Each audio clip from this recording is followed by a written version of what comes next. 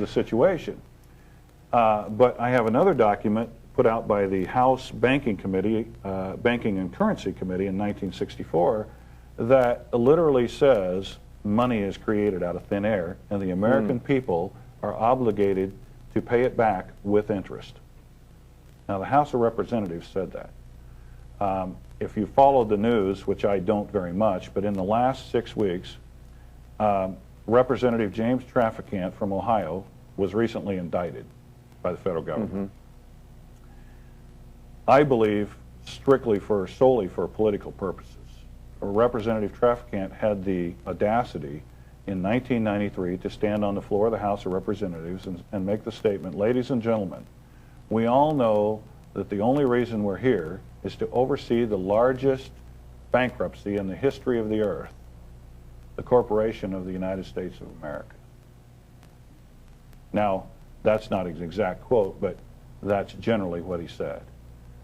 Now, everybody, when they start to think about this concept, there's a great discomfort that starts up here and goes clear to their toes. And that's where that confusion that you were talking about comes in. That's called cognitive dissonance. And that cognitive dissonance builds to the point where your eyes glaze over, your body shuts down, and you look for the nearest bar because you can't deal with this. Or Prozac. Or you name it. The American people have been sold a bill of goods. And what we're trying to do, Mike, very simply, is to show them, don't believe anything we say. Just take what we say and go check it out for yourself. We'll give you the documents, we'll give you the places to look for you to check it out for yourself. When Roosevelt suspended the gold standard, 1933, that document was called HJR 192, House Joint Resolution. And in that document, everybody looks at that as, well, this document right here is the bankruptcy, again, if you will. But that's as far as they go. They don't go on back here to the beginning. And we believe that you have to go back to the beginning to understand what all's gone on. Understand the pattern. Exactly. Now, when he suspended the gold standard and confiscated the gold, that gold is the substance. And without substance, there's no money. There's nothing behind it. It's just paper.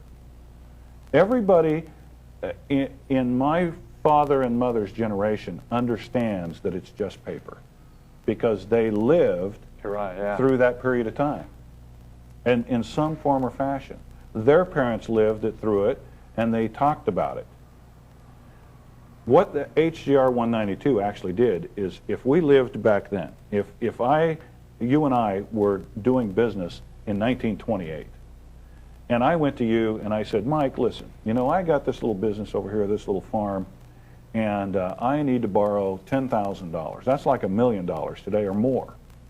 And you said, well, I've got it in gold. Great, that's what I need. I need the gold, Mike. And you said to me, here's the gold. And here's a contract signed. And you're going to repay me in gold, aren't you? And I'd say, absolutely, Mike. That's exactly what I'm going to pay you in. And then the Congress comes in 1933 under House Joint Resolution 192 and says, that contract that you and I made is void. And I no longer have to repay you in gold. I can pay you in anything I want to pay you in. I can pay you in paper. How would that make you feel?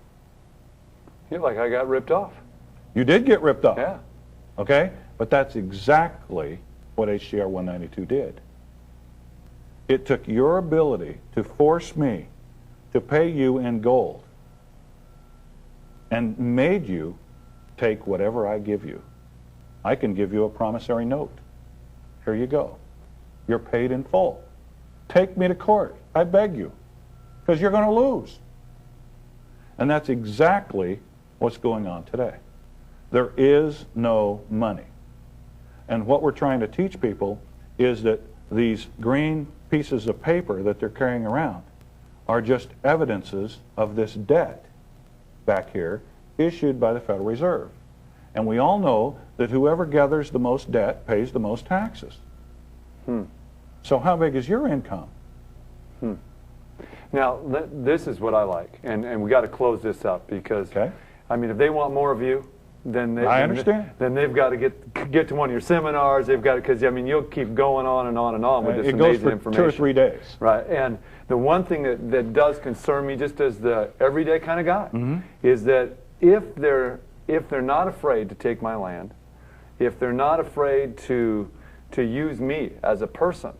I mean, literally, I mean, a birth certificate is a scary thing these days. Social Security numbers. That's right. You know, I mean, it's getting scary out there. I mean, you know, because they own your children now. That's right. They do. I mean, literally. I mean, that's why they can come in and even it just, you know, I mean, so many of us parents are afraid of this because, you know, they can go into school, take your kid, just if they heard that you did something to hurt or harm your kid. That's correct. They can just make it up if they want to.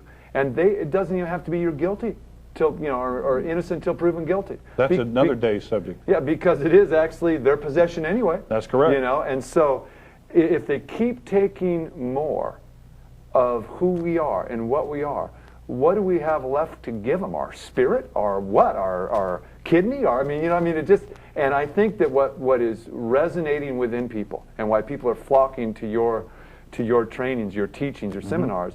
Is because there comes a time where people have to say, you know, enough's enough. You can't just keep taking everything from me. How do I get back my freedom, my rights? How do I win in this thing?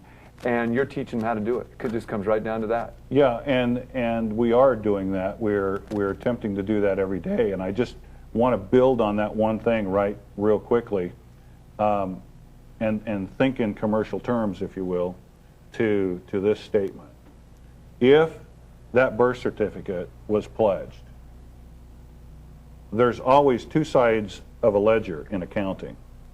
At death, you're exempt from levy on your estate for $650,000.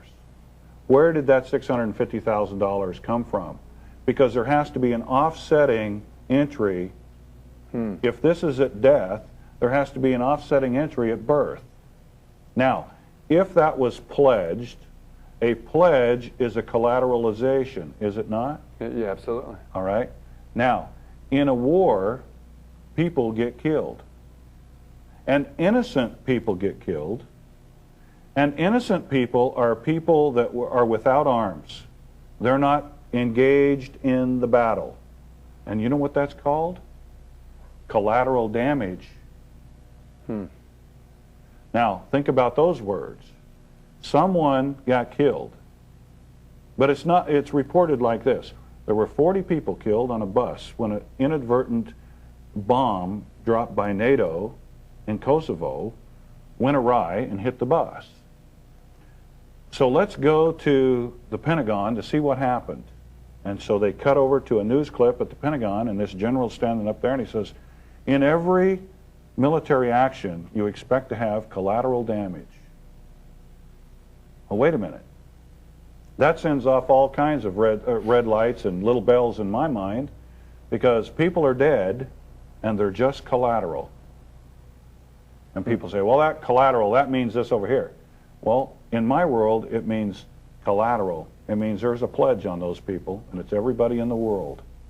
And the scripture says we're trading in the souls of men. And what we're trying to teach people is also a scriptural principle of agreeing with your adversary quickly, as it says in Matthew 5:25, before you get to court. And all we're doing is teaching people how to go through that process. Yes, it's a paradigm shift in their mind. Yes, it's uncomfortable to relearn everything you've been taught. Your parents didn't know any different. My parents certainly didn't know any different. But as Americans, we've become asleep at the switch. And we've got to take a look at what's going on around us. And all we're doing is trying to facilitate that happen. Well, thank you for waking us up. Thank you, Mike. And this is a wrap. I appreciate it. Thank you. This has been an